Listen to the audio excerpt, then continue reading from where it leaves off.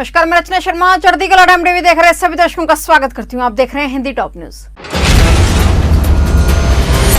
कृषि कानूनों के खिलाफ बीते कई दिनों से आंदोलन कर रहे किसानों को विदेशी हस्तियों का समर्थन मिलने के बाद मुख्यमंत्री योगी आदित्यनाथ ने भी इस पर अपनी प्रतिक्रिया दी है। सीएम योगी ने विदेश से मिल रहे समर्थन पर कहा है कि ये देश को अस्थिर करने की साजिश है। योगी ने कहा कि हम सब भारतवासी हैं और अपने देश के साथ खड़े हैं।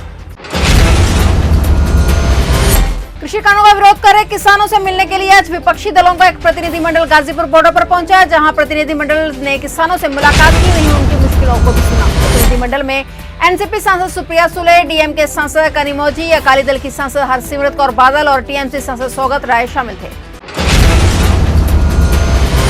सरकार से किसानों की मुलाकात को लेकर जब किसान नेता राकेश टिकैत से वार्ता की गई तो किसान आंदोलन में दोबारा जान डालने वाले किसान नेता राकेश टिकैत ने कहा है कि वह अब कृषि मंत्री या किसी अन्य मंत्री से बात नहीं करेंगे। टिकैत ने कहा कि अब प्रधानमंत्री और गृह मंत्री को बातचीत के लिए आगे आना होगा। कृषि कानूनों को लेकर दिल्ली की सीमाओं पर किसानों का विरोध जारी है। इस बीच भाजपा विधायक नंद किशोर गुर्जर ने किसान नेता राकेश टिकैत के बारे में विवादास्पद टिप्पणी की है। विधायक ने कहा है कि वह भारतीय किसान यूनियन के नेता से बड़े किसान हैं क्योंकि उनके पास अधिक जमीन है। उन्होंने राकेश टिकैत पर व्यक्तिगत हमला भी किया। विधायक नंद किशोर गुर्जर ने कहा कि टिकैत सिर्फ 2000 रुपए के लिए कहीं भी चले जाते हैं। कांग्रेस नेता प्रियंका गांधी वाड्रा ने आज रामपुर का विशेष दौरा किया और 26 जनवरी को दिल्ली में ट्रैक्टर रैली के दौरान अपनी जान गंवाने वाले नवप्रीत सिंह की अंतिम अरदास में शामिल होकर नवप्रीत सिंह के परिवार से मुलाकात की। इससे पहले उन्होंने गुरबानी के श्लोक में भी ट्वीट किया था, जो हिंदी में था।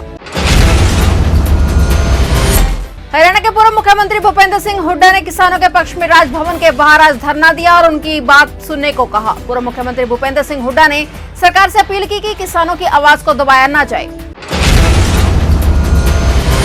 किसान आंदोलन के कारण पिछले 70 दिनों से दिल्ली के 3 बॉर्डर पूरी तरह से बंद हैं। जिन बॉर्डर को बंद किया गया है उनमें टिकरी बॉर्डर भी शामिल है। टिकरी दिल्ली और हरियाणा का बॉर्डर है। बॉर्डर पर किसानों का धरना प्रदर्शन लगातार जारी है, लेकिन 26 जनवरी की हिंसा के बाद सुरक्षा व्यवस्था ज्यादा सख्त हो गई है। टिकरी मेट्रो स्टेशन महीनों से बंद पड़ा है और ठीक इसके नीचे से हरियाणा की तरफ जाने वाले रास्ते पर पुलिस की पहली बैरिकेडिंग है। 24 घंटे यहाँ दिल्ली पुलिस और अर्धसैनिक बल के जवान मौजूद रहते हैं। इसके आगे जवानों और मीडिया कर्मियों के अलावा किसी को भी आने जाने की इजाजत नहीं है।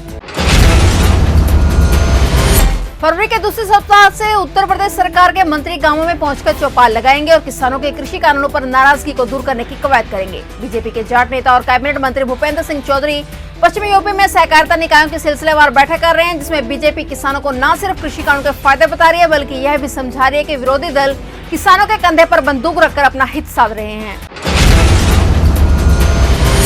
पश्चिम बंगाल में 12 फरवरी से स्कूल दोबारा खोले जा रहे हैं, मगर राज्य में कॉलेज और यूनिवर्सिटी अभी छात्रों के लिए नहीं खोली जाएगी। बैठक में उपकुलपतियों ने राज्य सरकार से विश्वविद्यालयों और कॉलेजों को ऑनलाइन कक्षाएं संचालित करने और सेमेस्टर परीक्षाओं को मार्च तक ऑनलाइन करने की अनुमति मांगी है। अयोध्या के धन्यपुर में मस्जिद के लिए आवंटित जमीन पर विवाद शुरू हो गया है। मस्जिद के लिए आवंटित जमीन में से 5 एकड़ हिस्से पर दिल्ली की 2 महिलाओं ने अपना दावा किया है। दिल्ली की 2 महिलाओं ने जमीन पर अपना हक जताते हुए इलाहाबाद हाईकोर्ट की लखनऊ पीठ में याचिका दाखिल की है। रानी कपूर और रमा रानी नाम की ये 2 महिलाओं ने सुन्नी सेंट्रल वक्फ बोर्ड को आवंटित जमीन को लेकर कोर्ट में याचिका दाखिल की। इस मामले में 8 फरवरी को सुनवाई हो सकती है। फिलहाल टॉप न्यूज में इतना ही। तब तक के लिए देखते रहिए चढ़ती कला टाइम टीवी और मुझे दीजिए इजाजत। धन्यवाद।